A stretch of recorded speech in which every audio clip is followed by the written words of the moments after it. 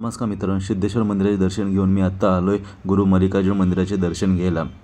हे मंदिर सोलापूरच्या गर्दीच्या ठिकाणी वसलेले आहे। गुरु मल्लिकार्जुन मंदिराचा इतिहास बघायला गेला तर हे मंदिर चालुक्य काळातील आहे। जर आपण या मंदिराचे बांधकाम बघितले तर या मंदिराचे बांधकाम पूर्णपैकी दगडामध्ये आहे।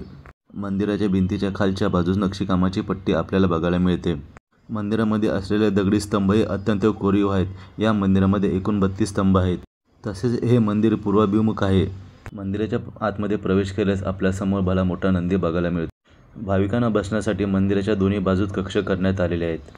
कला, कुसर, नक्षीकाम, स्थापत्य कलेचे एक उत्कृष्ट नमुना आहे।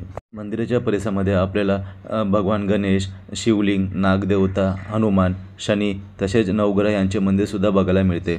तुळजापूर, अक्कलकोट, सिद्धेश्वर मंदिर आणि हे गुरु मल्लिकार्जुन मंदिर जे मी एका दिवसामध्ये फिरत होतो त्यातील हा शेवटचं मंदिर। या सर्व ट्रिपचा खर्च जर बघायला गेला तर मग साधारण 1,500 रुपये खर्च झाला। या 1,500 मध्ये माझे रेल्वेचे स्लीपरचे तिकीट, तसे बसचे तिकीट आणि रिक्षाचा खर्च आहे।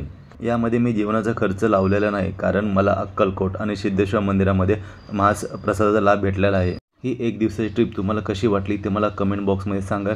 तसे माझ्या चॅनलला सबस्क्राईब व पेजला फॉलो करा। चला तर भेटूया पुन्हा।